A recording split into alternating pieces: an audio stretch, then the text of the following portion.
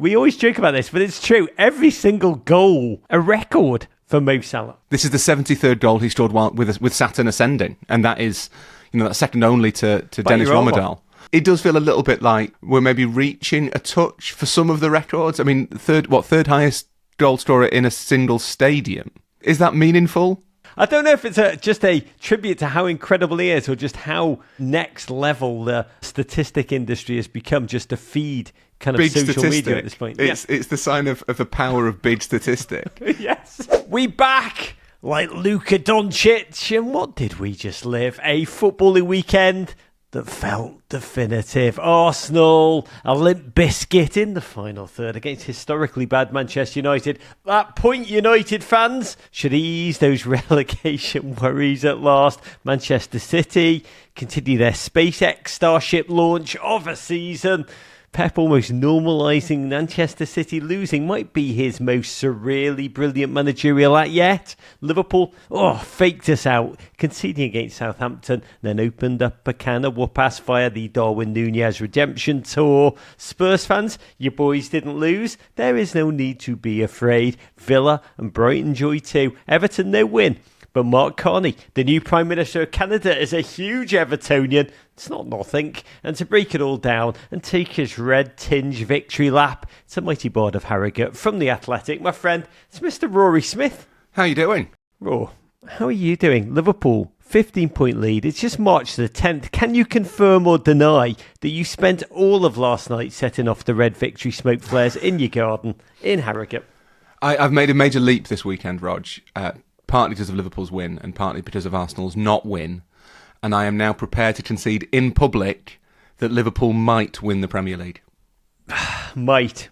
He's doing a lot of heavy lifting there. That is a man who has been burnt in so many delicious ways. God, that Stevie Gerrard slip really hit hard for you, didn't it? Well, you shouldn't celebrate. It's fate, it's hubris, it's tempting, all these things. I don't need the pain. I think it would take a spectacular collapse from here, but spectacular collapses happen, Rog. They happen all of the time. Only in my dreams, Raw, this season. You can strap on those wax wings. Nothing's going to happen as you thunder towards the sun. And we'll get to the football, sweet football, in just one moment. But first, I wanted to get to the big news that is rocking Europe. We are living in challenging, often fearful times, and this might be, when I read this, the sign that we've hit rock bottom, Raw. Headline I actually saw while I was perusing the esteemed Guernsey press this weekend. A story headlined, brace yourself listeners, Michelin-starred chef appeals to thieves after £25,000 worth of pies stolen. Urgh. The article goes deep on how Mr. Tommy Banks, who owns 2 restaurants and a pub in North Yorkshire, you probably know him, Raw, revealed on Monday morning that his van with £25,000 worth of stock in the back had been nicked just outside of Ripon. Mr. Banks said that the stock included steak in ale, turkey and butternut squash pies, as well as gravy and custard. Raw, I don't have a search warrant, but can you cast any light on this crime? First of all, I want to make it clear that gravy and custard is not a type of pie. The way that it's written, it sounds a bit like it might be, as though it's like chicken and butternut squash, steak and ale, gravy and custard, as though those are the 3 pie options. By the way, when I read that, I too thought if we found the criminals and they were put up in court, I think they could get dismissed on a technicality. Their lawyer could say, Your Honour, gravy and custard is not a pie. Objection! Overruled. You've just stolen basic ingredients. You might be able to distinguish them by if you see 2 or 3 people just sort of vomiting by the side of a road as they've eaten a gravy and custard pie. That might do it. It is devastating news for all pastry enthusiasts, I think, and it's a crime that hopefully, even in the sort of diminished form of Britain that we currently have, you'd hope that this sort of, it's not just a theft, it's an insult to our national identity. It really is, Ro. First they came for the pies, then they, by the way, it could not be long before they come for the Terry's chocolate orange, could it? Well, I would hope that the Terry's factory, which is also in York, funnily enough, is what? Is it's home of Terry's, York, famously. Rod just walking round, taking deep breaths with his red flare, just sniffing in from one gust of wind from the west, bringing in the sweet smell of Terry's chocolate orange, the other from the east bringing in, if that isn't stolen pie that I'm smelling. Gravy and custard all the way. It's amazing. By the way, police listening in the North Yorkshire, and I know snitches get stitches, so I don't like to help you, but just look for criminals who packed on a couple of suspicious LPs over the past couple of weeks. I think they're the pie thieves, right, Rob? Well, presumably, at the risk of taking this too seriously, given that we're not detectives, although, Rog, there is a form of content here that would work. Go on, where we solve crimes together. They wanted the van, right? Yeah. It's like when people steal a car and there's a child inside. They don't want the child, they want the car. So presumably they could come up with some sort of way of dropping off the pies. If he's not bothered about, the van's gone, maybe you need a sort of convenient, safe location to drop the pies. My mind never even went there that they'd want the van when there's 25 grand worth of pie in the back row. There was a brilliant series on here last year, I think, about the Brinks Mat heist. Did we talk about it? I can't remember. Yeah, I think we mentioned it. It was one of the great robberies of like English childhood. Oh, the Brinks Mat. So The story of Brinks Mat was that some robbers broke into a storage facility aiming to steal money, and they found this huge amount of gold bars. It's like the pie robbers. Yeah, well, but they spent years melting it down and trying to get it into circulation. They think that every piece of gold jewellery that has been made since 1983 has a bit of Brinks Mat gold in it.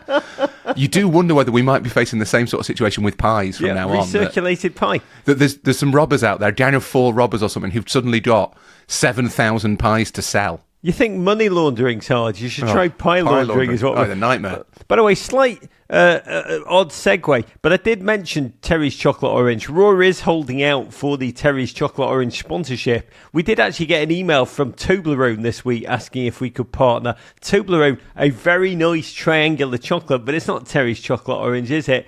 But back to the pie.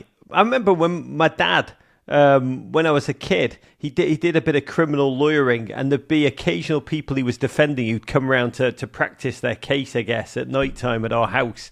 And they'd always try and, show how grateful they were to my dad when he'd leave by taking him out to his car. And then they'd open up their trunks, and all of them had like hundreds of stolen luxury shirts in the back of their Ford Cortina, or like, oh, Mr. Bennett, I'm so grateful. Can I give you a hairdryer? Open up a trunk full of televisions and hairdryers. I just love the idea that somewhere a man is driving around your region, Raw, just open up his trunk and just trying to flog off scores of steak and kidneys. You need to be looking out for kids who are going into school saying they're sick of eating pies in about 3 months. Police, we're just doing your job for you. We don't know anything about football. We just know about pie criminality. We do need to get to the football. 2 quick ones before we start. I am off to Austin, Texas this afternoon to revel with all of you at South by Southwest. Come and raise a beer with me tomorrow, Tuesday, 1 p.m. on the Sportico stage. There'll be a panel with me. I think it's the CEOs of Dude Perfect and John Boy, who I admire very, very much. I'm really looking forward to that. If you're in town, come be with us. Then I'm blessed to head to New Orleans. Oh, that spiritually, absolutely refreshing city to keynote Tulane's Entertainment and Sports Law Conference on Friday. There may be a pint at the boot if you're around. And thanks, GFOPs, for all your New Orleans dining suggestions. But I want to start with a toast, raising my third first Michelob Ultra of the day to news that we have, or you have, voted for the best soccer bar in the United States of America. Honestly, we were blown away by the response to this one. We wanted to honour the Great American Soccer Bar, the institution that is truly the beachhead behind the growth of Premier League fandom in this nation. Communities, really, where you all gather at the crack of dawn to make memories across America, where we walk in and are transported for 90 minutes at a time from your home city to Old Trafford. It feels like you're at Anfield or at Tottenham Stadium. We partnered with our friends at Michelob Ultra to find the greatest soccer bar in the nation and received over 300 nominees. There was one from every one of the 50 United States. We had 23,000 votes. Let me just say that again. 23,000 votes. I think that's more than that voted in the last election. And we had one winner. And it comes from Atlanta, the beating heart of football in our nation. They're quite magnificent, and I have been there. Brewhouse Cafe in 5 Points. And to mark this moment, I'm elated to say Mr. Rory Smith is going to fly to America to join me at a live taping of this show in which we'll take all of your audience questions live and in person, March 25th at the Brewhouse, 7 p.m. Eastern Time. Come and join us at Lanterns. There's a link in the show notes to find out how you can get to come and be with Raw in the flesh. Raw, are you ready to take on the human wonder that is Brad Guzanville, Atlanta, Georgia? I've never been to Atlanta other than to the airport, which is a major Delta hub. And I'm really excited about it. I'm really, really excited. I can't wait. It's going to be amazing. Get ready to have your social media mentions flooded with people telling you to get the lemon pepper wet at Magic City. I'll just say it may or may not be happening, but let's get to the football. We'll start with the agony of agonies. Manchester United won. Arsenal won.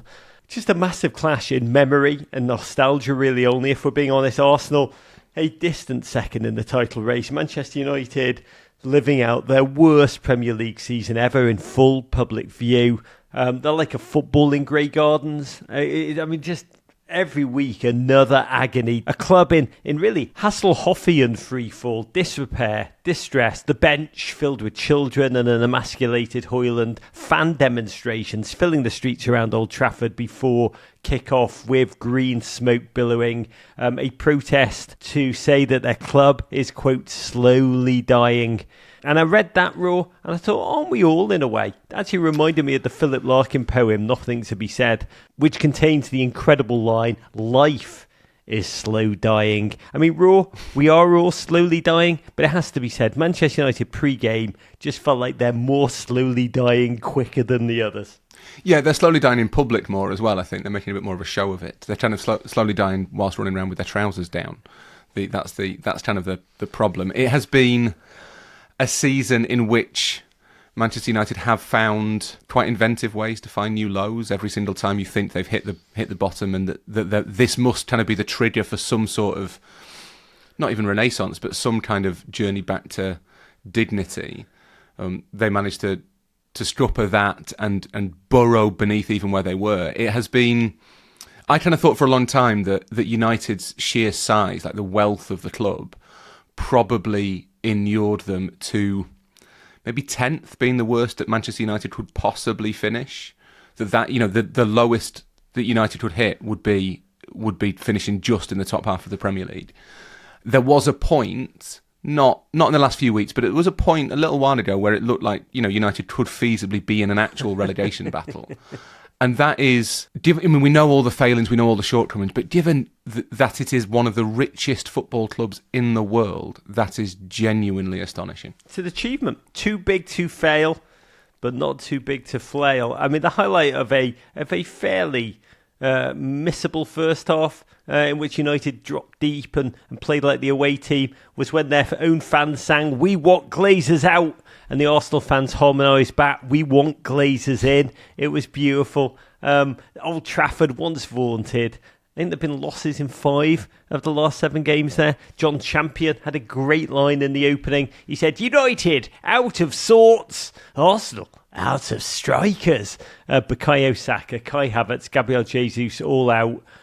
Honestly, I feared they'd used up their entire allotment of March goals. When they smashed PSV 7-1 in the Champions League, they took the field with Mikel Merino again leading the line, Ødegaard doing everything in the initial stages to try and set him up, but they couldn't summon the finish. United had so little in terms of an outball. It was mostly just like Garnacho running at pace, their only threat. That midfield, Eriksen, Casemiro, Bruno, pass through at will. And Old Trafford in that first half felt what they used to sing about Arsenal, a library. They hadn't summoned the shot on goal until the 47th minute, when, right before half-time, a divine moment of inspiration to remind the football teachers us of how little we all know. Bruno Fernandes stepped up to take a free kick, went right up and over the wall. Christian Eriksen laughed post-game. The wall was positioned 15 yards away, quote, by the referee. Raya had thought the wall would protect him. He dropped it right into that open spot. He does that so well. At times, United looked just like an NFL team with a really, really good field goal kicker, like a Portuguese Brandon Aubrey. Raw, Bruno's so good at 2 things, free kicks and knee slides. Amarin said post-game, "We need more Brunos." Suddenly, though, United 1-0 up off an expected goals of 0.09, and thus United had a half-time lead for the first time since December the 1st. And that must have been a frightening situation for them. They must have been very worried by kind of what this new reality. Sort of Amorim wandering around saying, I'm not sure what to say here. Well done. He won't have learnt those words in English yet. There's been a lot of negativity around United's performance, especially in the first half here. And the easiest sort of conclusion is to say this is not what Manchester United should be doing, that obviously at home they should be asserting themselves. You want to see them dominate the ball. Attack. But I think over the last few months, these first few months of Amorim's reign, that's when United have looked their best. That is kind of what United should be doing, is sitting in, accepting their limitations, waiting for an opportunity. I'd say that if you're looking a little bit for the kind of the glass half full aspect, please. In that first half, Arsenal didn't really create anything. They had one or two openings, nothing earth-shattering. It wasn't like United were hanging on like Liverpool in Paris last week. United kind of shut the game down, and they've done that a few times under Amorim when they accept that, you know what, they don't have to play to their history. They play to what they are now. They sit deep, they kill the game, they stifle their opponents, and they wait for either Bruno Fernandes or, when he's fit, Amad Diallo to do something. That is Manchester United's route to success at this point. God, the new chant that will grip Old Trafford: defend, defend, defend. I love it. I mean, Arsenal, by the way, adopted the position. They lumbered forward again into that second half. They created one snatch-miss chance after another. They were honestly in total control, apart from when they weren't. United summoned a guile on the counter. Could have stolen 2 more goals. There's that thundered cross, which Raya's foot kept out quite brilliantly off a Mazraoui delicious crack. A guile-filled Xerxes back heel almost sneaked in. That probably would have made the world end if it had gone in. Arteta left exploding on the sideline. Wanyeri off. Martinelli flung on, Calafiori off, Lewis Skelly on, but it didn't matter. By the way, Raw, even the Nicholas Jova corners, you don't get out your seat for them anymore. The vaunted Arsenal corners. Arsenal haven't scored off one of them since December. Yeah, it's interesting, isn't it? No one's sort of blaming Nicholas Jova for that, but you think if all that praise was worth it back in October when he was the man who'd reinvented football, it's not great that you can't score from corners anymore. There was quite a good free kick one in the second half where they all sort of started outside the United players, really far away, and then they marched in like go-go dancers and took up a position next to one of them. It was a beautifully choreographed routine, and then the ball came in and they didn't win the header. That dance they do where they all line up in a line, offside, and then regimented, snap back and then charge forward, that they did in the first half of the season so proudly. It's almost, this is me projecting clearly, but it almost feels shame-filled now when they've done it, like 80 times about it. Oh, here we go again. They're all onto us. You can almost feel just a lack of confidence, whereas in the first quarter there was only a surging belief. Increasingly, I do wonder whether Nicholas Jova's natural next kind of career move is to kind of go and be Taylor Swift's choreographer or something. That feels like either that or Watford manager. What he's maybe pitching for. I think maybe a move away from football. He's great at getting people to move in lines, in patterns. He deserves to be on the stage. He's a systems analyst. He's a systems analyst, but he should be deployed, for Rihanna.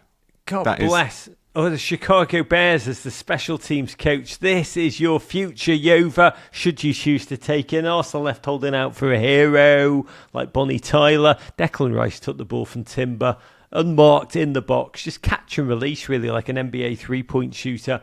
Straight in the corner of the net. By the way, the hardest thing in football, goal scoring, suddenly made it look deliciously easy for a second. God bless Rice. He ran off on a solo celly where he seemed to grab his genitalia for a second and then shush the crowd while the rest of his team just wanted to get straight back down to business. There was a Martinelli angled drive. The game was so open. By the way, Aidan Heaven, the 18-year-old debutant for Manchester United, come through the Arsenal Academy, moved to Manchester in the transfer window. He seemed to be everywhere. He delighted in shutting down the club that he supported as a kid. Ødegaard had a late chance. Raya poured the ball off the line from a spiralling Bruno shot, and that was that. Really, just a spiralling sense of frustration, sense of Arsenal missed opportunity, really. 10th draw of the season for the Gunners. 7 points dropped in the last 9 in the crucial heat of what we were told was a title race. And this is how the title campaign ends. Not with a bang, but a whimper at Old Trafford, dropping points for the 3rd successive Premier League game. I think Liverpool need 16 points to guarantee the Premier League title. That's if Arsenal win. their remaining 10 games. God bless Arteta. He'd said he'd give up on the title race over my dead body. Here, he stormed off his post-match interview and asked about whether he's conceding. Dude couldn't bring himself to say the words, and not to get too morbid and, is the word necrophilia-ish on your Raw. I think we're in the exhuming the corpse from the coffin stage of the Arsenal season. They're set to finish second, please God, for the third straight season. Bonnie Renee wrote a great piece this weekend that it's still some feat what Arsenal are achieving. If they do finish second, they'll be the third most consistently successful version of Arsenal ever. Going all the way back to 1904. They're honestly like an English Buffalo Bills. This is where they are, Raw. The Pepsi to others' Coke. And I'll say it's not bad business to be Pepsi. That's from someone whose team is RC Cola. I think that's right, and it's something that's forgotten in football really easily, is that success can be comparative. And there's no question that Arsenal should look at the last three campaigns with great pride, particularly where they came from when Arteta took over. I think there's loads of reasons for Arsenal to look forward to next season and think they could well be favourites for the title going in. Manchester City have got a load of work to do on their squad. Chelsea, no idea. Liverpool, it seems likely, will have lost at least one key player, maybe more. And even if the two older ones remain, they are kind of now suddenly in their mid-30s. You might look at that and think that Liverpool aren't set up to be kind of a dynasty. Whereas Arsenal have got all this young talent. They've got Bukayo Saka to come back, the Nuneri's come through, Odegaard. You'd like to think they'd sign a striker. The defence is fantastic. All of the ingredients, the building blocks are there. It is just a case of getting over the line. And I think Arsenal fans, when the disappointment lifts, would probably recognise that at some point you're going to get it right, that the stars will align and Arsenal will get that trophy. And even if it's not the Premier League this season, I think there's a decent chance it's the Champions League. And that's the big question for me that Arteta has to kind of answer now. He's obviously not going to come out and say, I don't think we can win the Premier League. No, I'm never quite sure why anybody asked him that question. I don't think he can humanly say those words. I think he'd rather swallow a chicken bone than have to say those words. Why would he say those words? It doesn't gain anything for him to publicly say we're not going to win it. It doesn't help with the fans. It doesn't help with the players.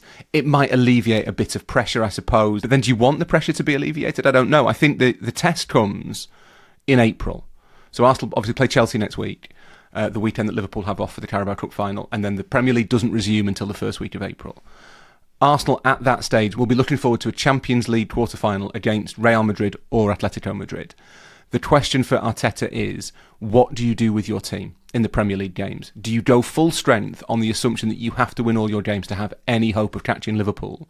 Or do you say, do you know what, we can take the risk here. We can see if our reserves can beat whoever they play in between those two legs of that Champions League game, so as to give ourselves the best possible chance, not of ending this season finishing second in the Premier League, but of ending the season finishing second in the Premier League and winning the Champions League. Play Raheem Sterling up front, you cowards. That's what. By the way, rather than say, when they ask him, are you conceding the title race, Arteta should just lean into the microphone and just say, the Scottish play, and walk off. I think it'd be amazing. He can't say the words, so he'll just come up with the others. Let's talk United quickly. 32% possession at Old Trafford. Yes, some signs of life in the second half, but really only compared to just how insipid they have been. I think we're now in two things can be true territory here. The Glazers and now Ineos are responsible for this fast decline, the leaky roof, the leaky everything. The lack of strategy is really what we're saying. But Amorim has now been at Old Trafford for 118 days. United are 14th, just a point short of the 35 points that should be enough to preserve the Premier League status for another season. And other than that, he's starting to wear the entire club shop. It's hard to see a lot of change week to week. I wanted to ask you, do you think Amorim can draw strength from Arteta's experience at Arsenal? Arteta too was on the brink of being fired. Arteta too had just so much deadwood in his squad. Somehow he unlocked the logjam, refashioned, challenged again. Amorim actually addressed this pre-game. He said he fears he will not get the time that Arteta got. There are parallels. I think United's malaise runs deeper than Arsenal's did. Arsenal weren't great when Arteta took over, but they were still competing for the European places at least, whereas if you look at United now, it's not just the scale of the climb, it's all the people already ahead of them on the path. That's the problem. I think Amorim will take great strength from the fact that Arteta has been in charge of a major Premier League team that's underperformed for a long time, 4 or 5 years, and he's still got most of his natural hair colour. I think that might be quite important to Ruben Amorim. As a man with jet black hair, he'll want to keep that. The worry is, he's quite right. He's quite right to say that the risk is he doesn't get enough time. United is not as patient a place as Arsenal. It's not a club that was in such desperate need for unity as Arsenal. That's the issue at United. There is a fairly sort of significant chance that what happens is that Amorim gets through this season, and don't get me wrong, this was a positive result for Manchester United. I actually thought second half they played really well, created lots of chances, probably should have won the game, and on the XG, Rog, the true measure of a football match, United won. They created better chances than Arsenal, despite all of Arsenal's possession, and that's legitimate to do. So this has been a good weekend for Manchester United. The problem is that no matter if there's 3 or 4 other good weekends for United between now and the end of the season, they will probably finish in the bottom half. They may well finish 13th, 14th, even 15th. If West Ham win the Monday game, United will be down in 15th in the Premier League, which is astonishing. And the problem is that as soon as there's a setback next season, all of the things that Amorim has done in his first 118 days, all of the failure to make progress, the absence of signs of recovery, that will be used to say, right, you've now had half a season and a summer, things aren't getting better. And suddenly he's under pressure. That's what happened with Ten Hag, it's what happened with Solskjaer, it's what happened to an extent even with Louis van Gaal years and years and years ago. Amorim really needed to hit the ground running. The fact that he stumbled so much for so long over the last few months, I think basically has probably used up all of the patience he was allowed. Oh, the Scottish play. From darkness to the light, for you anyway, Raw. Liverpool 3, Southampton 1. Let the trophy coronation begin. 20th title loading. A battle this one between first and last. Just a 58 point separating two teams before kickoff. This was all billed as a welcome respite between the almost the sandwich filling between the two PSG Champions League clashes. The first one, Le Grand Heist of a first leg. Alisson faced 27 shots, 10 on target. Liverpool quaked honestly before PSG as if they were Plymouth Argyle, but then stole the game as they do. 87th minute via bit part Harvey Elliott netting 47 seconds after coming on. A Slot is a tactical genius. Actually, I say that, but Slot was expected to rest players here and he didn't. He started 8, which perhaps explained why in this one Liverpool, the team who'd beaten the reigning league winners of England, Spain, Germany and France, conceding 0 times against them, were so bloody sluggish in that first half against Premier League cellar dwellers who were meant to be a gimme. Got to say, Southampton actually excelled in this first half. Sulemana, excellent. And on the stroke of half-time, it happened. A moment cut from pure Arsenal and Everton fan dreams. Will Smallbone made a run from midfield. It was Van Dijk and Alisson. We fanfic this. They didn't communicate. Both those giants expected the other to clear the ball. No, you take. Oh, please, sir. All yours. Neither did. And Smallbone pounced on the slot like the ball poet he is, spinning, firing home. In the moment, it was gobsmacking. Suddenly, for a little second, Raw, did it feel to you that Liverpool might be guilty of maybe looking ahead of this game, trap game as they call it in America? Yeah, obviously there's an element here where I am a fan who is a deep-seated believer in like hubris and all that stuff. Southampton gave Liverpool a really good game at St Mary's earlier in the season under a different manager and before they'd gone through 9 months of a Premier League campaign getting beaten every week. But Liverpool won 3-2, but Southampton were 2-1 up in that game, and there were points where Liverpool really, really struggled against them. So I wasn't quite as confident as I should have been going into this. And the fact that Slot said before the game that he wanted, Liverpool fans and the players to think of this game, the second leg of PSG and the Carabao Cup final as 3 cup finals, that just rang a little alarm bell because that tends to precede a game that you think is easy and you don't need to try to win. And what happened in that first half was very much kind of Yeah, I think fatigue was probably an element, but the bigger element, I suspect, was it was a team thinking that there were more difficult games to come, and that if they just kind of went through the motions, they would eventually have enough to get past Southampton, and they maybe needed to concede a slightly stupid goal to shake them out of that reverie. Oh, but I've got to say, I was so happy for Smallboat. What a story as an Irish international.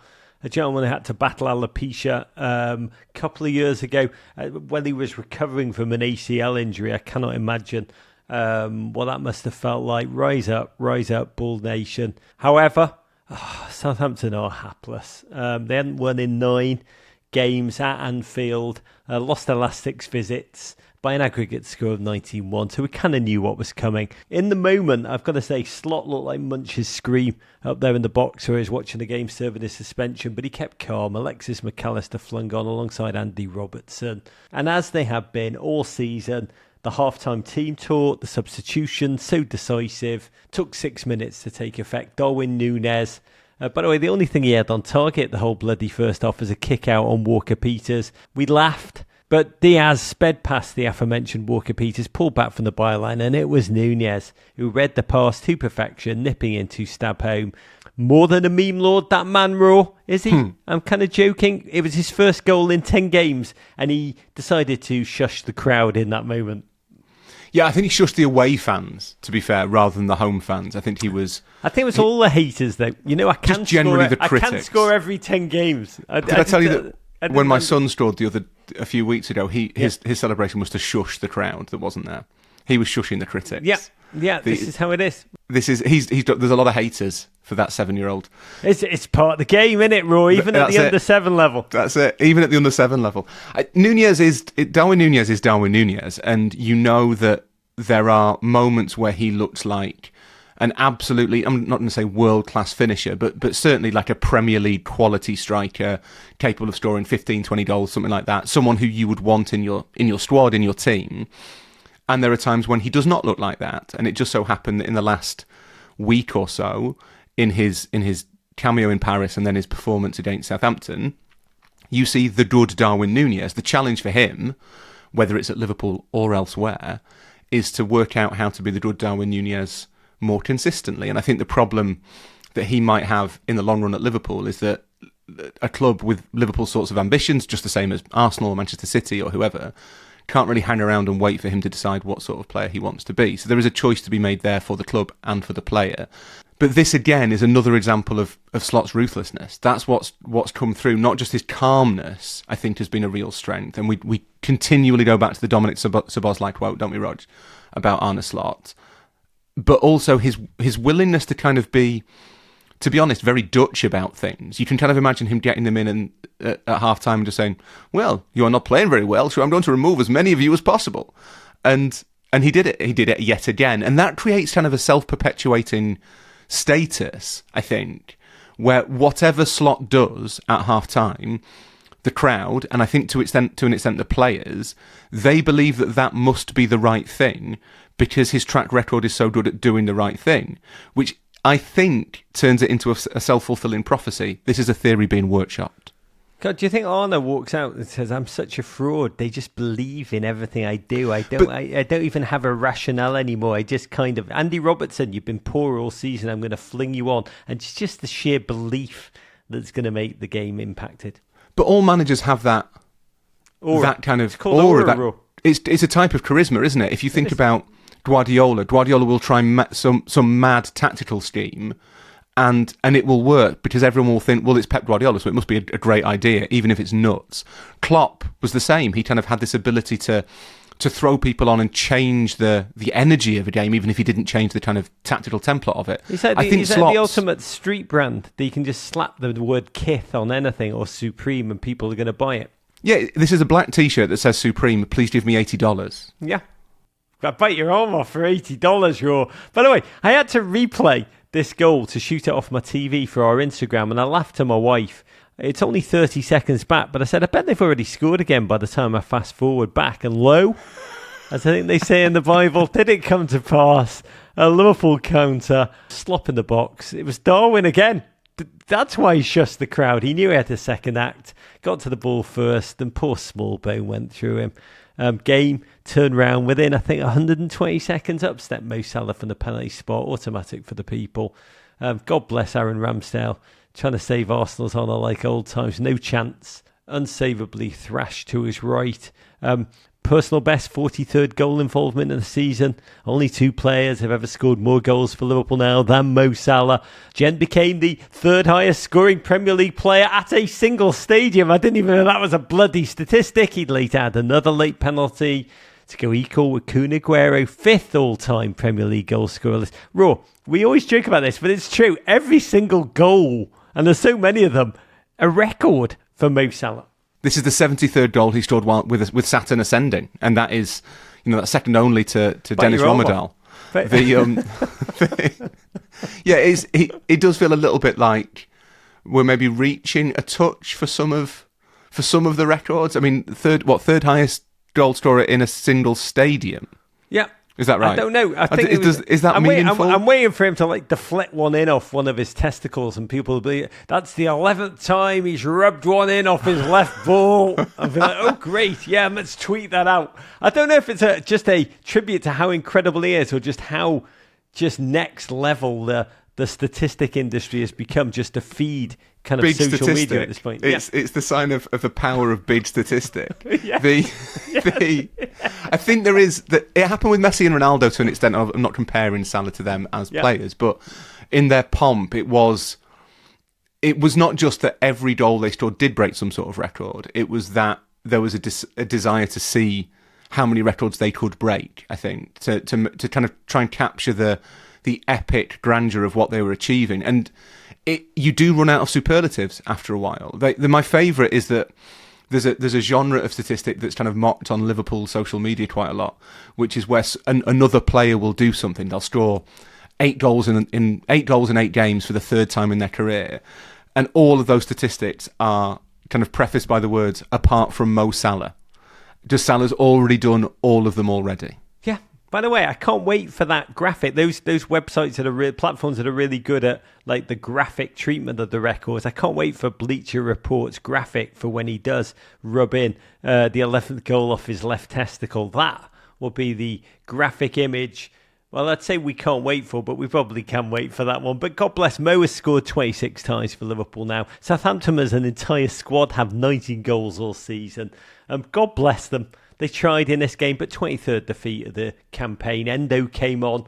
Liverpool have not conceded a goal once he arrives to smother his opponents late. That is a record that blows me away. Gent is honestly the Mariano Rivera of football. And that was that. Liverpool will not be stopped. Valiant Southampton.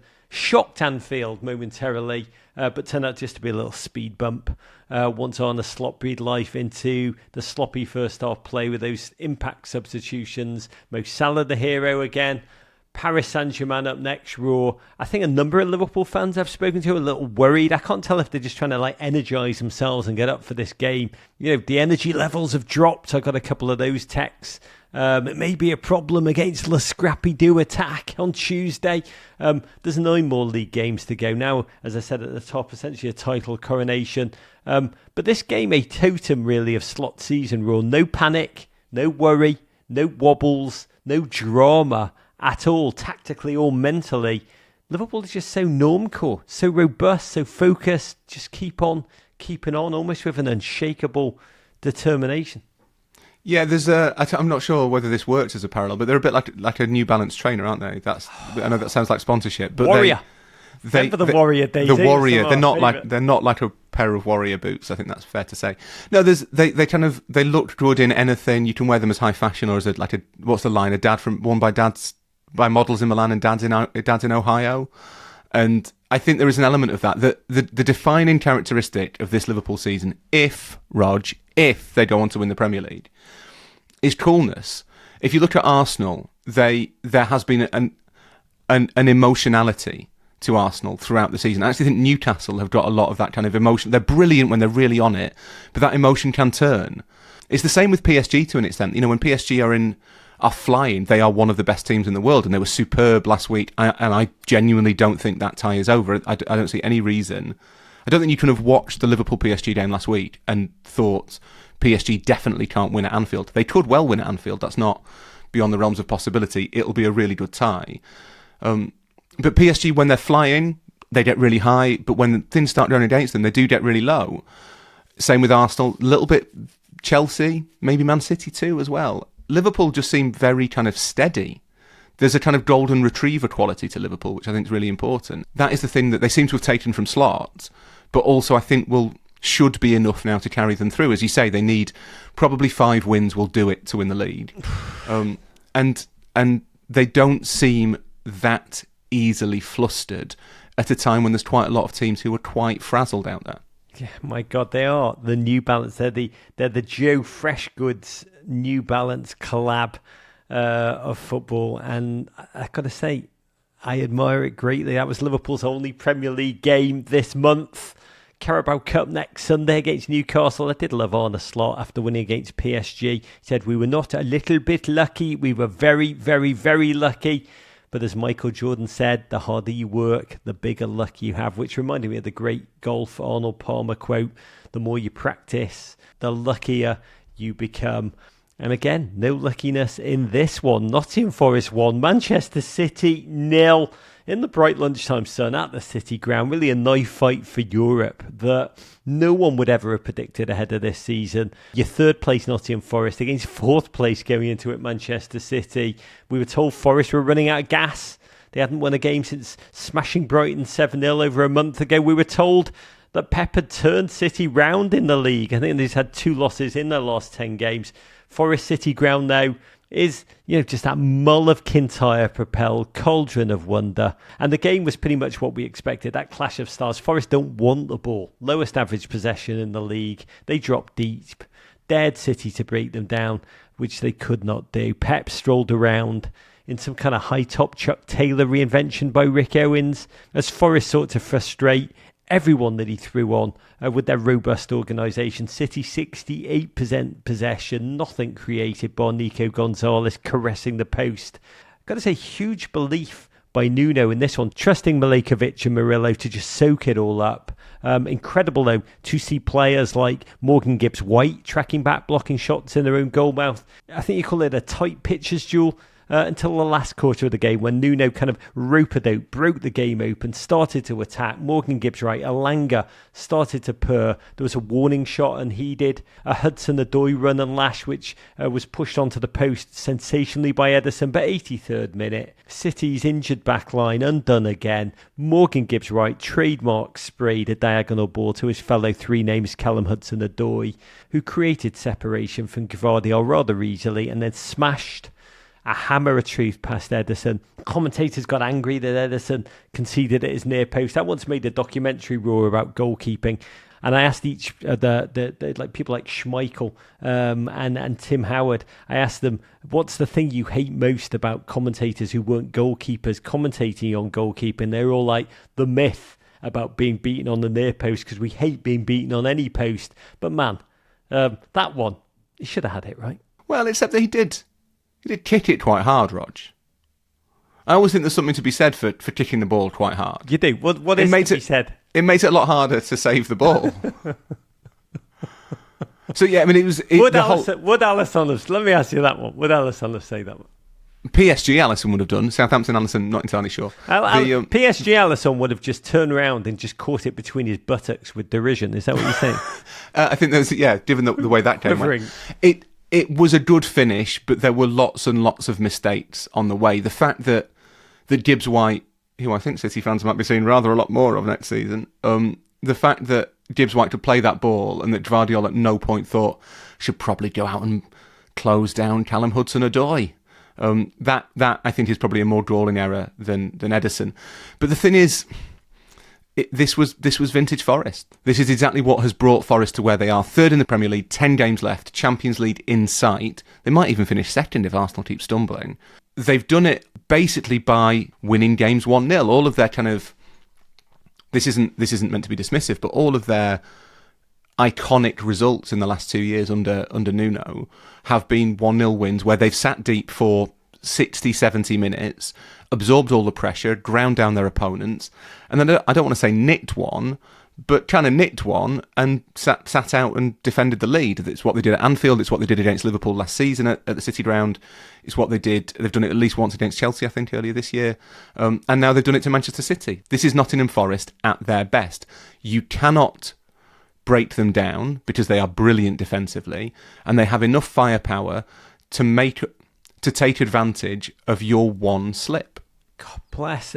Pep left gulping once again from his water bottle. 9 defeats in the league this season. By the way, as many as Everton Football Club, which is remarkable, as many as City had in the last 2 seasons combined. Rumours that decision on the 115 charges could come as soon as the back half of the week of March 17th. A season continuing to plummet from defending the title to panicking about Champions League qualification itself. Pep said post-game, the chances of qualifying for the Champions League are quite hanging in the balance. Just 5 points between 5th place City and Fulham in 10th as we enter the final stage of the season. Really, how worried should City fans be? Well, not that worried, because I think you still have Guardiola overseeing the team, and even if it's a relatively unlikely outcome that they miss the Champions League, but it is now very possible. Even if they do, there's maybe a silver lining there in terms of their lead form, that it means you don't have to try and compete on 2 fronts next season. You can treat the Europa League or the Conference League however you like, and you can focus all of your energies on regaining the Premier League title. The bigger concern to me is that it looks, with every passing week, like there is more and more work to do on the squad, that it's not the case that the 4 they brought in January solve most of the problems. I think there are still a load of holes to fix, players who maybe need to be ushered out of the club, other players who need to be helped into the team and kind of helped to mature. It looks like it's maybe not a one-season job to turn City into the machine they were. I'm sure they will be much more competitive next season, but I don't think they'll be quite as dominant as we got used to City being. So maybe it is the case that, the golden era of the on-pitch Guardiola team is over, which is sad, but it is inevitable, and maybe instead of being worried about it, City fans should be glad it happened. I've got to say, it was incredible to watch Forest close the game out with true confidence. They've beaten Liverpool, United, Villa, and now City this season. There was that great stat. It was Nuno, I think it was his 4th Premier League win against Pep Guardiola. Only Jurgen Klopp with 5 has more wins, which is truly a testament to the Zen Warriors' tactical acumen. But my biggest takeaway from the weekend, the biggest joy, was to watch the Forest fans, their season of wonder continuing, rope-a-doping City, opening up that 4-point gap between them and the champions on just 31% possession. As you say, Raw, it's how they use that ball which makes them so bloody lethal. The counter-attack, the first win against City at home in 30 years, the Champions League so close they can taste it. Newer fans should know Nottingham Forest, that is their heritage. Going back 45 years, that's what they see themselves as. To relive that in the present day must be fantastic. And also just to think about Europe's finest quaking at the prospect of coming to the City Ground is a true joy. Forest, remember, had just 24 points this time last season. Barely dodged relegation. They had that circus culture of 40 players and more. How we laughed. Nuno, huge job to restore order, build strategy, transform everything. Raw, that's a little bit lost in this because he is so kind of quiet and humble and self-effacing, but it is a remarkable transformational leadership achievement. It's an exceptional coaching job. It really is an exceptional coaching job. Forest had a lot of raw material when Nuno came in, and he's fashioned a really kind of lean, sleek, defined team from it all. And that is, I think ultimately that is all you can ask a manager to do. And it's wonderful for Nuno, given that his reputation, I think, had suffered unfairly, given what happened to him at Tottenham. And it's nice that he has been able to restore the way he's thought of, certainly in England, I suspect across Europe, as a truly top-class coach. But the main benefit to it is that if you're like a 30-year-old Nottingham Forest fan, if you've grown up listening to the stories of your parents and your grandparents, of watching them in the European Cup, you must always have known deep down that you would never get to see anything like that, that you would always live in the shadow of the myths, that kind of what happened now would always live as a pale imitation of what came before, and it must be so gratifying. Then they're probably not going to win the Champions League next season, but it must be so gratifying to know, to believe at least, that they will get their shot at Real Madrid, that they will get their shot at Bayern Munich, that you get to live the same thing that your parents, your uncles, your aunts, your older friends have forced you to live through in their telling. That's really nice. I mean, it is stunning, Raw, and that City ground is a throwback. It's uncommercial, relatively. Local fans and few tourists. The passion is palpable. We got a lovely letter from a GFOP, Elena Buckner, who wrote, "Hi, Rog and Rory. Whenever I need to cheer up, I go over to Nottingham Forest fan podcasts and listen to their season previews from August. I'm not a fan, a total outsider, but to hear them hope to maybe be 14th or even 12th in the league this season. That was their best case scenario." Elena writes, "It makes me very happy to think about what a ride it's been." I'd say, Elena, you've got such a big heart and are a much, this goes without saying, a much better and kinder person than me. But on to Chelsea, where it was Chelsea 1, Leicester City 0 in the Enzo Maresca Memorial Derby. Chelsea manager playing host yet again to the team that he once guided to promotion. Leicester and their new dad, Enzo's friend, former Malaga teammate, a gent who apparently called him for advice before he took the Leicester job, Ruud van Nistelrooy. Enzo's advice was probably don't do it. I've got to say, Ruud, it looks ever more like a gaunt Dutch Cullen brother who's just died and become a vampire in kind of peak twilight agony. He probs knew a Leicester loss to Chelsea last time led to his predecessor, Steve Cooper, being clipped. We'll see if Enzo just killed another one. Ruud had lost 11 out of 12 before this one. Chelsea, not that great themselves, that billion-dollar squad, somehow without goalkeepers that are reliable and strikers that are fit. Not exactly humming coming into this one. Much of the focus in that stretch has been Cole Palmer drift, not scored since January 14th. We've got to talk about this moment, Raw, because it looked like, odds on, that run was going to be broken. Chelsea got a penalty. Palmer scooped up the ball straight to the spot. Remember, proud record, never missed a Premier League penalty in his career, 12 out of 12.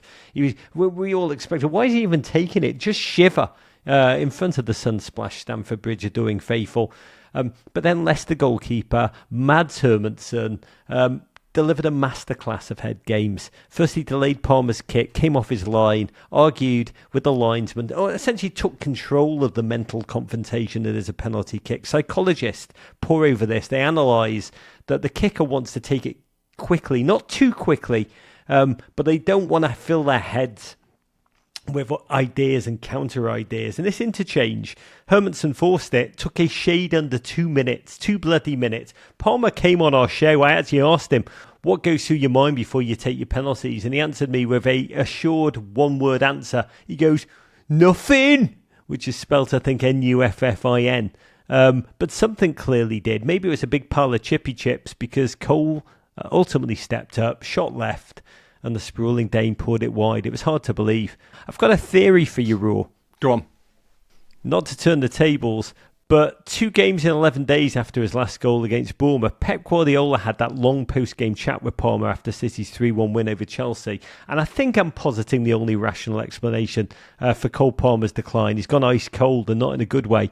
Trademark. Pep Guardiola curse. Did Pep steal his soul? Have you got a better rationale, a better explanation? Are you working on the assumption that maybe Guardiola said something that's really burrowed into his head, that's something that's got under his skin, and now Palmer can't shake it? No, not that so much, because sticks and stones, Raw. I think more that if you look at the replay, you can see Pep lean in, and there's like a steam that comes out of Cole's nose. It's like Pep a Dementor. His soul. It's sucking the soul out of Cole Palmer's there in body, not in mind anymore. I mean, was he ever? Soul. I steal your soul. It's entirely possible. It's entirely possible that Guardiola has done something to rob Cole Palmer of his mojo. Yeah. It's also possible that Cole Palmer's in a really underperforming Chelsea team and is feeling the weight of expectation, the burden of pressure, the fact that it's very much... Manchester United were described on British TV this weekend as Bruno Fernandes's one-man band, which I feel is probably not a great name for the club, but does fit.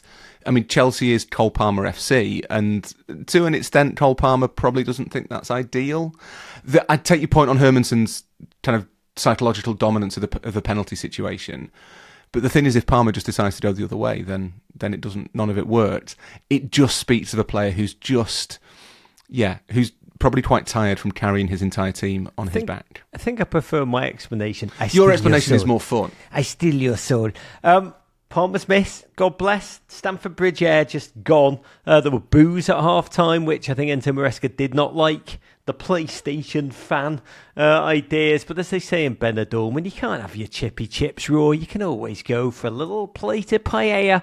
60th minute, Mark Cucurella drove... I think what they call in baseball a hard, low seeing eye single through the thick of the Leicester legs to give Chelsea the lead and the win. Goal with an XG of 0.02 apparently, which left Maresca praising his poodle-esque defender. He said he's playing like an attacking midfielder. You have to realise we're playing without a number 9. God bless. Foxes continue to free fall. They've dropped 12 of the last 13. Is that good? Manchester United and then Manchester City away, but for Chelsea, a hard-fought win.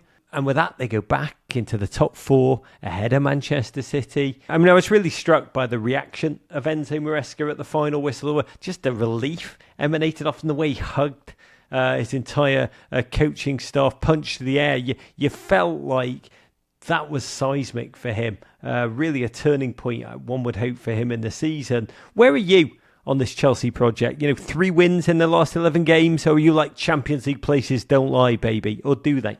I think this season they don't lie, but then it's difficult because it's so compressed, it's so concertina at the table that Chelsea are having a good season and simultaneously having much the same season as Bournemouth, who haven't spent nearly as much money as them, so it's hard to be too impressed.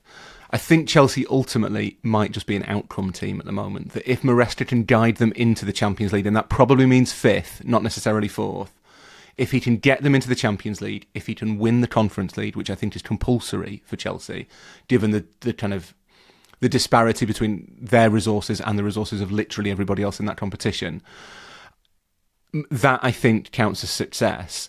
If they miss out on the Champions League, then you have a real problem because they've invested so much in players, and there is a point at which that whole strategy will depend on getting that Champions League income. You're talking $120 million, $130, $150 million just for being in the Champions League. Chelsea kind of need that if they're going to kick on to the next stage of whatever phase Clear Lake have decided is coming for Chelsea. And I think Maresca might need it to keep his job. So it does feel as though it's all in the balance. And look, the last 2 games they've won both of them, but they've played the bottom 2 in the Premier League. So to an extent, maybe well done Chelsea, but that's not that impressive. They have to keep that going until the end of the season. They have to get into one of those Champions League places. They're an outcome team, not a process team. I'd love exactly to say that after the final whistle. Brentford 0.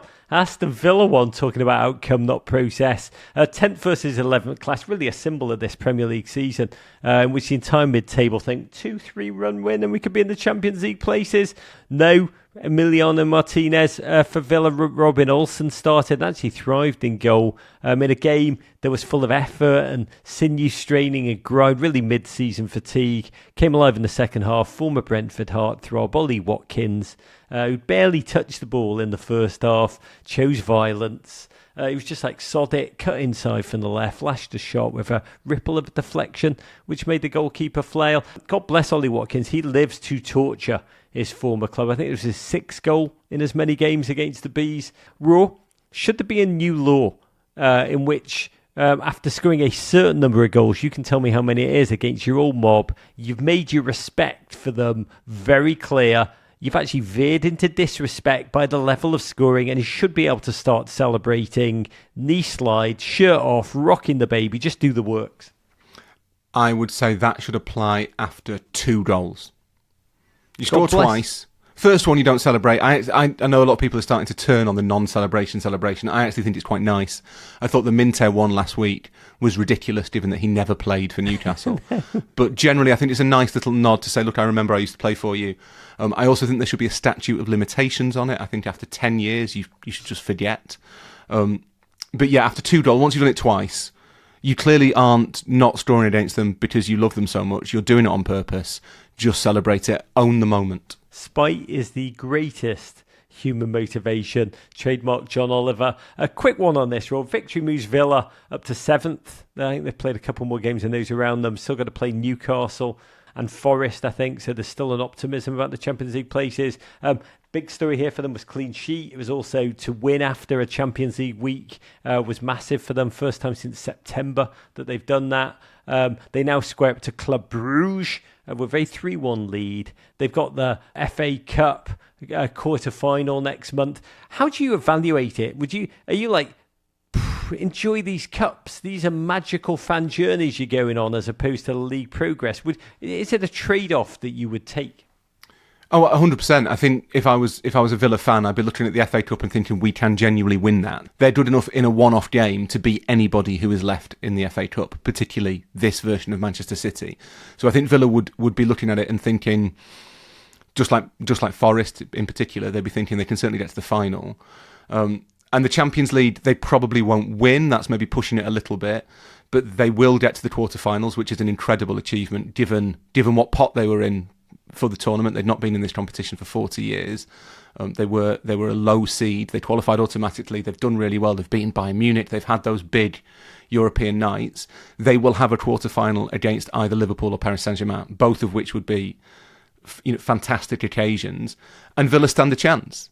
They stand a chance in both of those games. I think getting through the semi-final might be a bit more of a challenge, but they've got a manager who knows what he's doing in Europe. They can believe. The only kind of caveat, the little asterisk, is that Villa's wage bill is enormous. The whole club is structured on the basis that they will keep on getting money from the Champions League, so they kind of need to prioritise that as well. That's the kind of head part of the thinking. But in terms of heart, we don't need your rationality. No. We're riding on the emotions. I got a lovely letter from Mark Bricker, hope I pronounced that right, in Houston, Texas, who wrote, I'm replying to your question from your Friday show. You asked if we'd rather be mid-table and occasionally win things or a big club challenging for the Premier League title but coming up short. I can speak about this as a West Ham fan, and many others I've come across. You can have all the fourth place trophies you want, but I wouldn't give up that night in Prague for much of anything. Yes, it was just the Conference League trophy, but Declan Rice brought it home to us before moving on. So every time we play against him, it's with love and admiration and thanks rather than leaving us as a scorned lover. The videos of Bubbles being sung in the stadium and then David Moyes dancing around like it's at his own kid's wedding to Bowen's on Fire are memories no fourth place trophy could ever replace. God bless you, Mark. You made my day. I got to tell you, to see Moyes dancing in Everton blue after a Conference League victory, I would bite your arm off. By the way, even if it was the Conference English 5th tier league, as it used to be called, whatever trophy's a trophy is what you're saying. And talking of that, Tottenham 2, Bournemouth 2 in the Dominic Solanke Memorial Derby. Football's greatest anime lover left the Cherries for the big time. Somehow took the field with his new team 10 points, 4 places below El Cherries before this weekend. This Spurs, who hadn't beaten any team in the top 8 at home all season, who crapped the bed in the Europa League midweek, own goaling a gift of a win to 6th place Dutch team AZ Alkmaar in that first leg. A deficit which forced Big Ange to rest Bergvall, Maddison and Sonny at the outset of this one, conserving the energy. And God, it couldn't have started much worse. Romero heroically back in the Spurs starting lineup, first time since December, took just 17 seconds to reintroduce himself, passed the ball straight to Evan Nielsen, who was in on goal, stopped by Vicario's fingertips. Spurs so naive in the way they kept bringing out the ball out the back. It was catnip for that ferocious Cherries press. Opening goal felt like it was always coming, but when it did, it was beautiful. A counter attack. Kirkes took possession near his own box. I think it was a Porro pass that was sloppy, pounced on it, charged forward like a punt returner really, unchallenged all the bloody way into the Spurs Kenny Loggins danger zone, swung in, a pass I've looked at 1,000 times, the arc, the fade, the mind meld. Tavernier slid in with perfect timing, flashed home. Raw, Golden War Cherries football, it is delicious. It is, and it's improved by the fact that Milos Kerkez now has a decent haircut. Yes, it's growing in. I couldn't believe I noticed that. He finally looks like a footballer you can admit to liking. Milos He knew Kerkez. what he was. Yes, that's a Liverpool fan talking about Dad he wants. But Spurs booed off at half time. And it would get worse for Tottenham. Second Bournemouth goal, again artful, clinical. Clive at the brains, Evan Nielsen, the dinker. Sarr gave Spurs an unlikely lifeline, unleashed a cross-come shot, what we used to call a crot, a chasse into the roof of the net. Kepa then gifted them a penalty. Needless, really. Brought down Son, who was going nowhere. Sonny himself, first Premier League goal since 15th of January, converted. I think you call it a half Panenka, quasi-Panenka, Panenka-ish, Panenka-adjacent rule. I think it was just a bad penalty. I'm pretty sure that's not what Son meant to do. Do you think? I mean, if he meant... I was watching it and I thought, as the replay's kind of spooled through, you think, okay, if you've done that and you've given the keeper the eyes and you've feinted one way and you've waited for the keeper to go, then fair play. Yeah. But even so, it's not far off the keeper being able to readjust and get back the other way because it's such a slow penalty. So it was Panenka with a Tottenham flourish, is what you're saying? I think Antonin Panenka would have shaken his head and sighed ruefully at seeing that penalty. God bless. I mean, it was a terrible penalty, but it meant everything. By the way, for Bournemouth, by their high standards, this must have been an agony, devastating. A draw that must have felt like a loss in their quest for Europe. Spurs, that old joke about the terrible tailor, never mind the quality, feel the width of the fabric. That's how they kind of feel about their play right now. Unbeaten in 4 of the last 5 games in the Premier League. The fight, I think, is a big takeaway. Fight back against the Cherries. That's what they'll tell themselves. The play was terrible for large stretches, but you got to tell yourself whatever you got to tell yourself before the AZ Alkmaar date of destiny. I listened to Nick Cave on Desert Island Disc, and he had this incredible quote which made me think of Tottenham as you approach this, which I hope you win. Nick Cave said, "Hope is optimism with a broken heart." That is the Spurs fan rule. Yeah, I mean, at the same time, AZ Alkmaar are 6th in Holland and Spurs are definitely good enough to beat them. So it may not all come crashing down just yet, but it feels increasingly likely that Ange Postecoglou really needs to win that Europa League to stay in position. Ultimate Nick Cave football team. In other games, Brighton 2, Fulham 1. A Europa League 6-pointer, tight, ended in seagull victory. Brighton's first over Fulham in the Premier League. Jimenez had given Fulham the lead with a fine finish. They actually seem to be in complete control. Van Hecker scored his first ever Premier League goal with a artful header, and then Krul late on a 98th minute penalty from João Pedro, which he won in slightly harsh circumstances, gave Fabian Herzler's mob 6th straight victory in all comps. 6th place now, just 1 point behind City. Really an incredible response to being bare bottom spanked by 5. So 7-0 loss, Raw. You can make the case it's perhaps the best thing that ever happened to them. Brighton owner Tony Bloom is an uber rationalist. He's a data guy, a bit like yourself, Raw. He once said there's no such thing as momentum. Herzler, post-game, was very keen to agree with him. He said, "I copy that sentiment. Every game in the Premier League is a new challenge." Manchester City and then Forest up next for Brighton. Do you agree, Raw? Very quickly, momentum is not a thing. No, I think momentum is absolutely a thing, and Brighton have always been kind of defined by it, whoever the manager is. I think much more damaging than that 7-0 defeat at Forest was the fact they didn't win a game at all in December. There were a load of draws, a couple of defeats. Did you know, Rog, that Brighton, who are 6th at the moment, actually lost a football match to Everton at one point?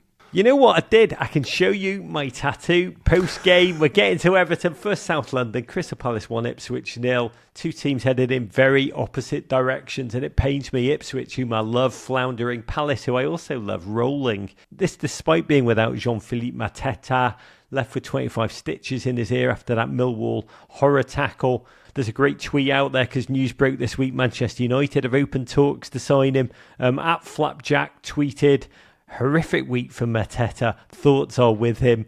The game went as much as Ipswich season always has. They were valiant, and then a switch off at the back, 82nd minute.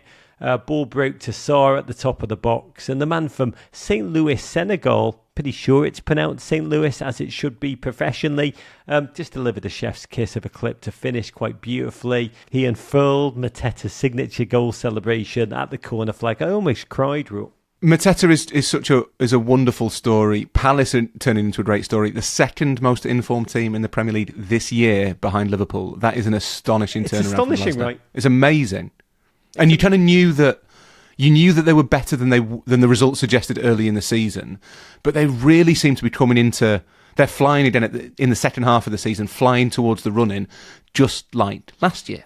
God bless Oliver Glasner, one of the most unsung managers in a pool of unsung managers. So well, I do think the uptick in managerial acumen in the Premier League over the last 5 seasons is the story of it all. Tonight, West Ham talking about managers. Welcome weakened by injuries, Newcastle United, 4 p.m. in the English manager derby, which brings us to Wolves 1, Everton 1, a truly forgettable game. Late kick-off Saturday afternoon. David Moyes said about the 8 p.m. Eastern Time English kick-off, I'm normally a bottle of red wine down by then.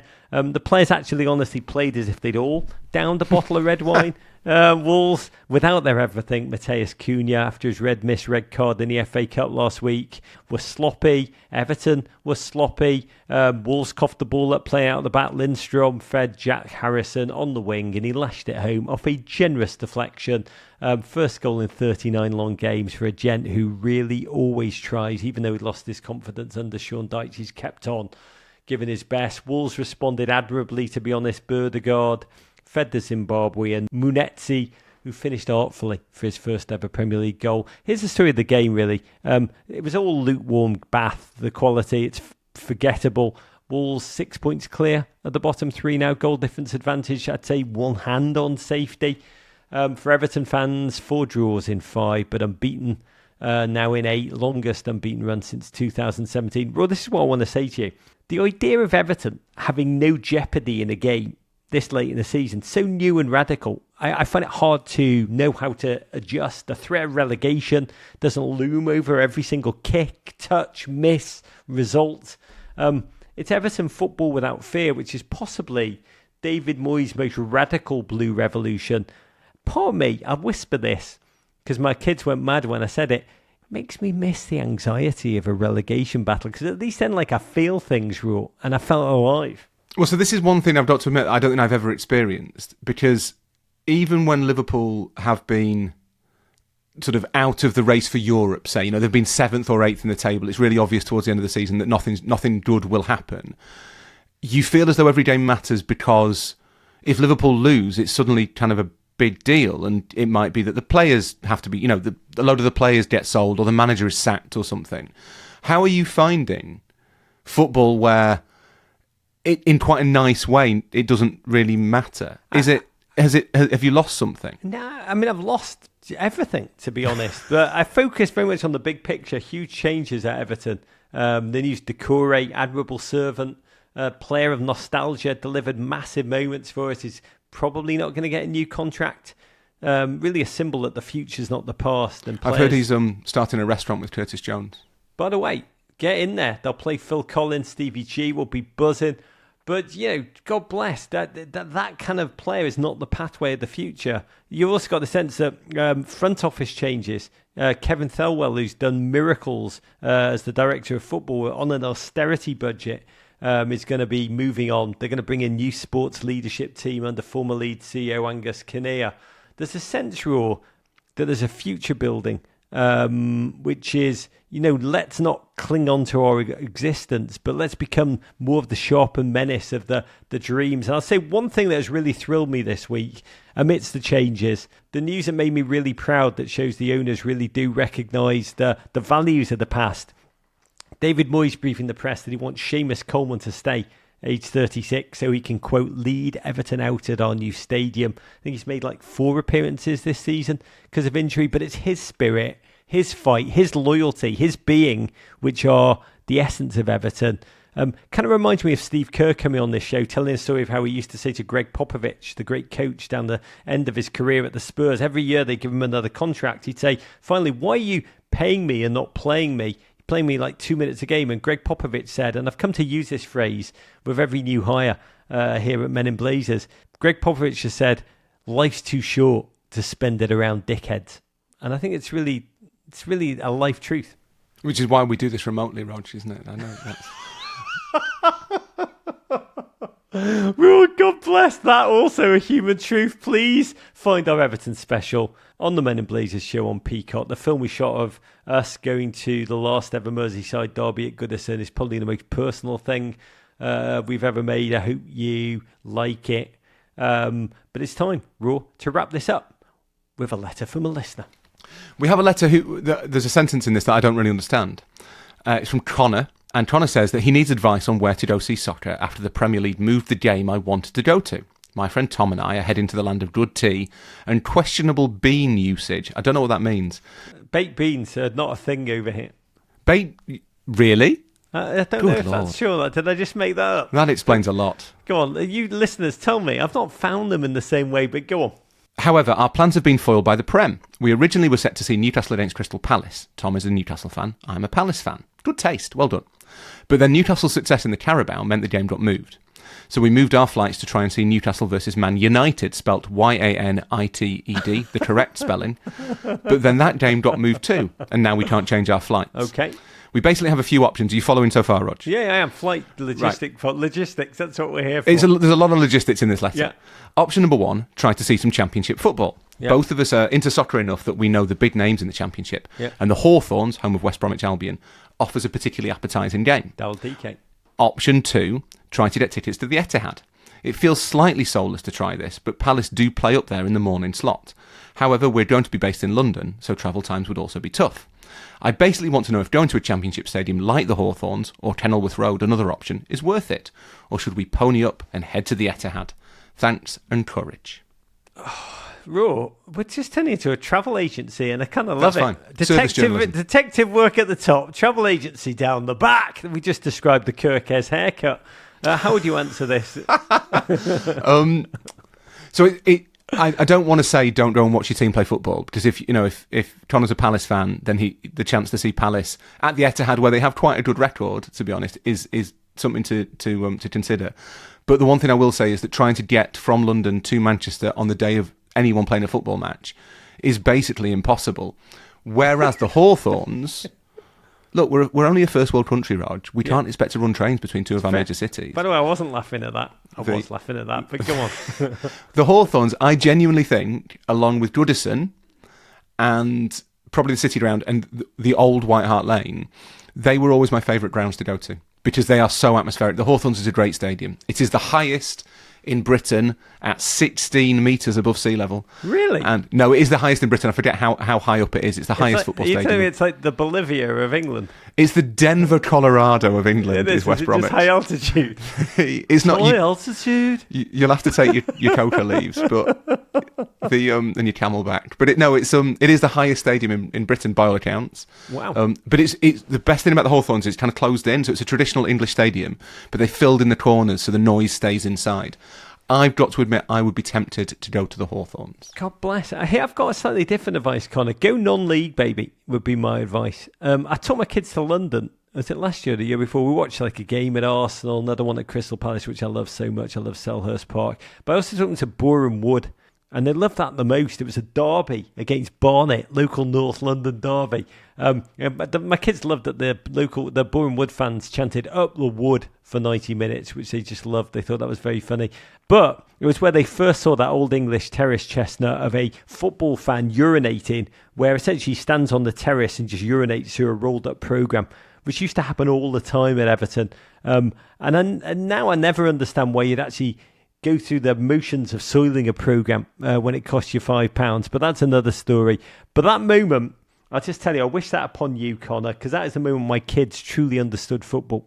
Probably a top 5 memory of any kind for them ever. So do embrace the non-league, go to the weird, the wonderful. Connor, just tell us where you end up. Make memories that last a lifetime with your mate. Send us your postal, we'll send you a patch. Keep sending your letters and questions for Rory and me to meninblazers@gmail.com. That's it for today. Keep your eyes out for Rory and me on European nights tomorrow. I'm off to Austin right now. You can find our full schedule for the week across social, including on newsletters. Sign up as we do more and more and more on those via our website. It's really the official communique of our community. So please, if you don't get our newsletter, sign up at meninblazers.com and just be part of everything. Raw, huge love to you. Thank you. Congratulations, you Crown Prince of Harrogate. Well, to be honest, Rog, my primary concern at the moment is that you're going to Austin right now. I'm going to Italy tomorrow. where I'm embarking on a 4-day challenge to eat as much gelato as is humanly possible. You're So going to I may Naples, see aren't you You're next going to week. Naples. Going to Naples, and then I'm going to Pescara. Did on you the other book an coast. incredible pizza rest? I've not booked. I'm on a promise to go to an old school Neapolitan restaurant. It's we're breaking the tyranny of pizza and seeing what else they do in Naples. So Do me a favour, send photos. report back. Do please send photos. At the end of the day, people only listen to this for you and me solving crimes, for us giving travel advice, and for your food wrecks. That's all we are now, bro. We've done the football. It's about the crime solving, the travel advice, and where to get ice cream. I know that. Are we a post-football podcast? That's the dream, the first one. This is Rog sending you big love. Let's not take a second of watching football together for granted and encourage